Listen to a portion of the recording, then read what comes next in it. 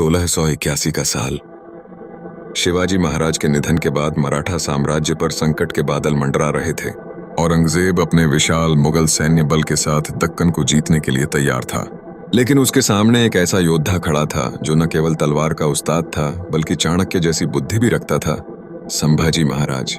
लेकिन इस कहानी में सिर्फ युद्ध और वीरता नहीं है, यह कहानी है एक रहस्यमयी श्राप की, जिसे संभाजी महाराज ने झेला।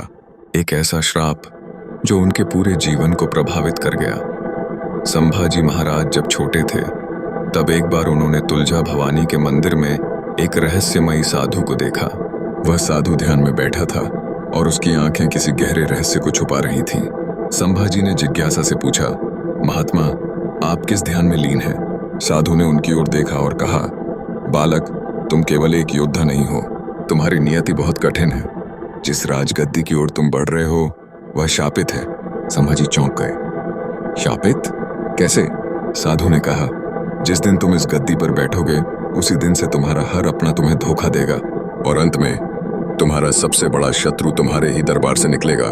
संभाजी को यह सब अजीब लगा। वह एक योद्धा थे और श्राप जैसी बातों पर विश्वास नहीं करते थे, लेकिन वह नहीं जानते थे कि यह शब्द एक दिन सच साबित होंगे। संभाजी महाराज जैसे ही सिंहासन पर बैठे, उनके ही सरदार अनिकेत पाटिल ने मुगलों के साथ मिलकर गुप्त षड्यंत्र रच दिया।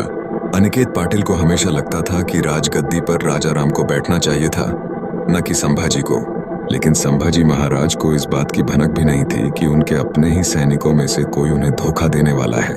संभाजी अपनी सेना के साथ एक गुप्त अभियान पर निकले थे जब अचानक उन्हें सूचना मिली कि उनकी पूरी लोकेशन मुगलों तक पहुंच गई है। यह कैसे संभव है? उन्होंने गुस्से में कहा। यहीं से श्राप का असर शुरू हो गया था। संभाजी को उनके ही लोगों ने धोखा दिया। उन्हें और उनके सबसे भरोसेमंद साथी कवि कलश को पन्हाला किले के पास मुगलों ने घेर लिया। लेकिन इस बार कहानी अलग थी। मुगल उन्हें सीधे औरंगजेब के पास नहीं ले गए, उन्हें एक गुप्त स्थान पर बंद कर दिया गया।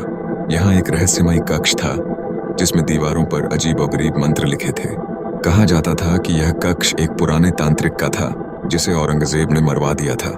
संभाजी को वहां कई रातों तक रखा गया। हर रात अजीब अजीब आवाजें आती। संभाजी, संभाजी, तुम्हारा अंत निकट है। लेकिन महाराज ने हार नहीं मानी। मराठा कभी डरता नहीं। जब औरंगजेब के सामने उन्हें पेश किया गया तो उसने वही किया जो उसने कई राजाओं के साथ किया था। उसने कहा, संभाजी, इस्लाम कबूल कर लो, तुम्हें जिंदा रहने का मौका मिलेगा। संभाजी हंसे और बोले, एक मराठा कभी झुकता नहीं। धर्म के लिए मरना मंजूर है, लेकिन धोखा मंजूर नहीं। और इसी के साथ उन्हें अमानवीय यातनाएं दी गईं। लेकिन मराठा राजा ने कभी घुटने नहीं टेके। उनका अंतिम संदेश था, तुम शरीर को मार सकते हो, आत्मा को नहीं। मराठा साम्राज्य खत्म नहीं होगा, यह तुम्हारे ही अंत की शुरुआत है।